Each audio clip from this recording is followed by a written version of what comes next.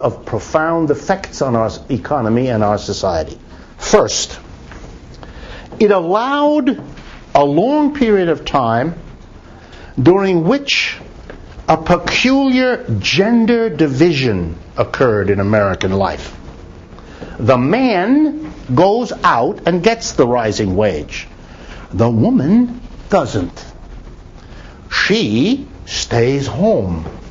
She cooks and cleans and raises the children and has a happy face when daddy comes home at the end of the day.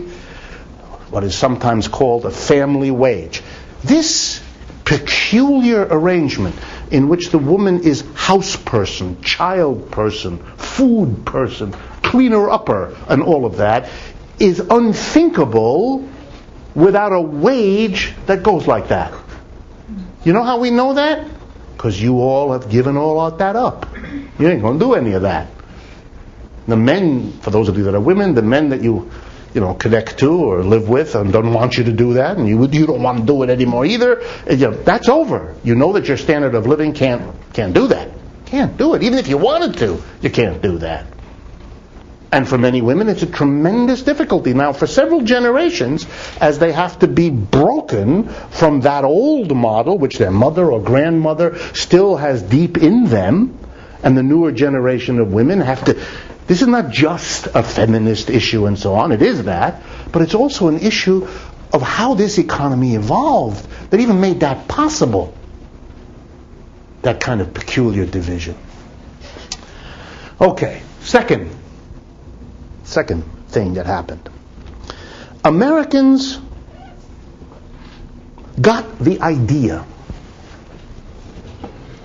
that each generation will live better than the one before.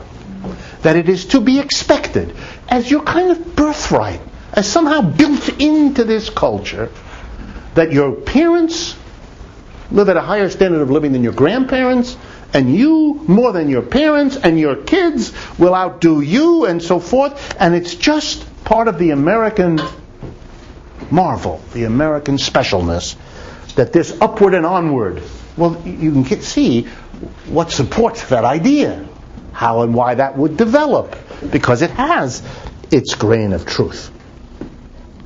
It also produced in America, I'm oversimplifying, but I want to make this point, it produced a peculiar union movement, labor movement. Part of the reason these wages went up was what unions fought for them. Unions were formed, fought, and part of this, not all of it, but part of this is attributable to what unions did. But it's very interesting that what unions did was to push for rising wages, which is interesting because they pushed for something in a society that was already happening. It's almost as if they played it safe. They pushed for something which then they could claim they had more than a little to do with. Dangerous thing for many people. Taking credit for something that might have happened anyway. Who knows? But in America, unions pushed for that because that's what workers wanted. That's what workers thought they were entitled to. That's what the whole culture said was the name of the game. Work, very important now, was about earning money. You work hard, you earn more. American unions then are distinguished, and always have been, by being less interested than unions in other countries in changing the rules of the game, in changing how the business operates, in changing who has the power. That was not their interest. Their interest was make more money, get higher wage, get more days off, improve my real way. That's what it's all about here. Many unions have had struggles between those in the union who wanted to have a different vision of what a union does. It changes the whole way the society works. They were defeated most of the time by people who said, no, the job of the union is to get more for our members. Higher wages, better working conditions. That kind of unionism won in America. And it had a lot to do with this history that made that win. Lastly, this history of rising wages in America contributed to a very profound ideology, which is stronger in the United States than in most other countries. And I don't know what to call it, but I will call it consumerism. It is the notion that what life is about is consumption. There's a joke I'm sure you've all heard. Life is a game. The person who has the most stuff in his garage when you die wins. Accumulate. Have a nice house. Have a nice big house. Have 2 houses. Have a car. Have 2 of them. Accumulate. Have a kitchen with every gadget imaginable. Have your basement filled with boxes of appliances you've never unpacked. If you have a white refrigerator, get rid of it and get an avocado refrigerator. Right? Have a machine that grinds your coffee as well as cooks it, etc. Right? It's a society in which consumption becomes an incredible value. I'm going to exaggerate. I am exaggerating because you'll see where this goes, but I'm not exaggerating by much. It's a society in which human beings begin to measure their own worth in terms of consumption. I'm an important person because I drive that car, I live in that neighborhood, I take my vacation over there, look at the outfit I'm wearing, look at the restaurant I'm dining in, etc., etc. I am, as every advertisement you've all seen says, I am a Rolex man, or whatever. That is, I literally become the things I can acquire. I'm successful, meaning, look at all the stuff I got. It's a society in which you're willing to do all kinds of things if the payoff is more stuff.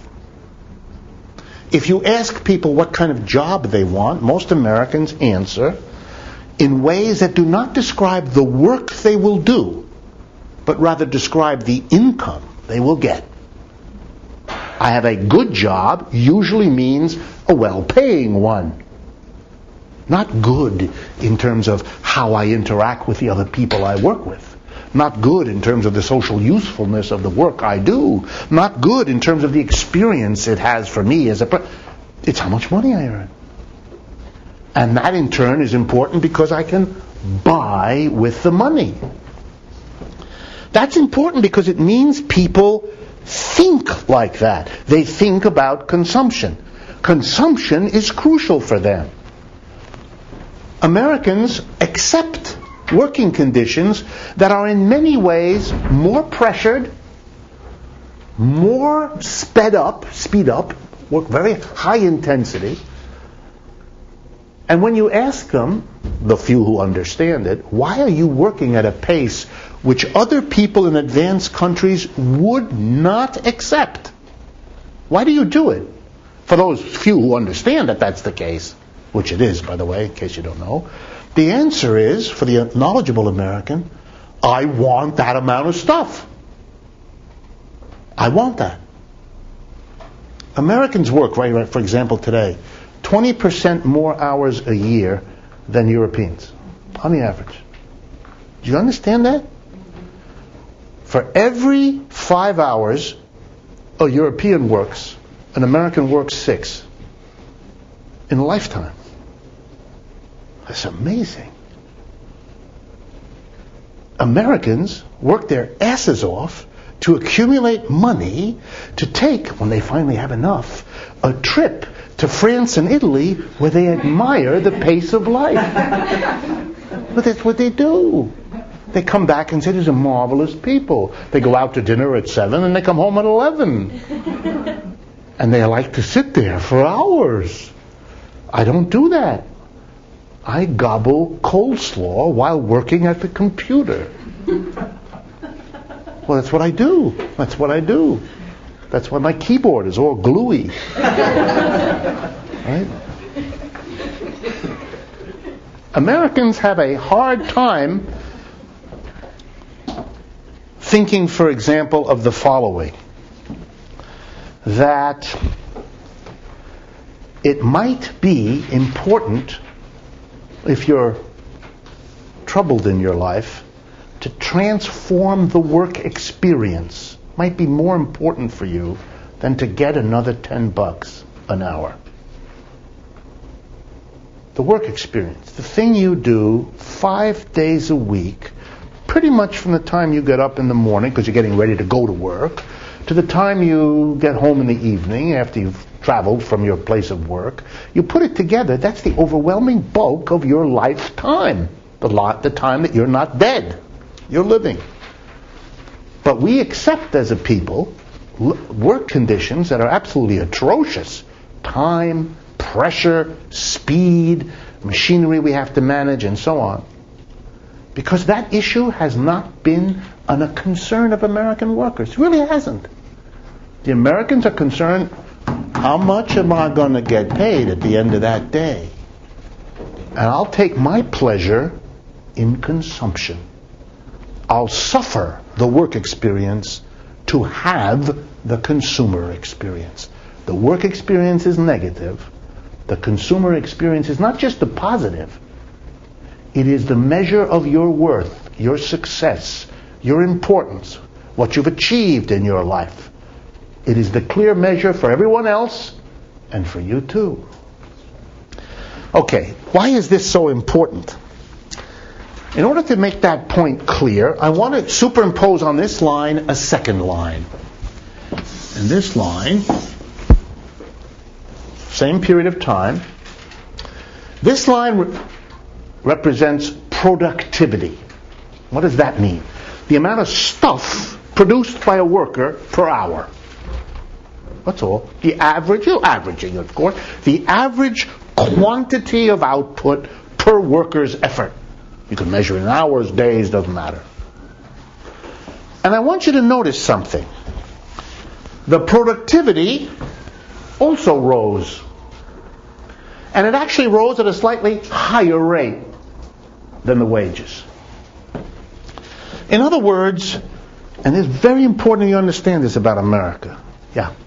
So that's not, it's not the difference between what they produce and what they actually earn for their... I'm getting to that. You're ahead of me, but you're going in the right place.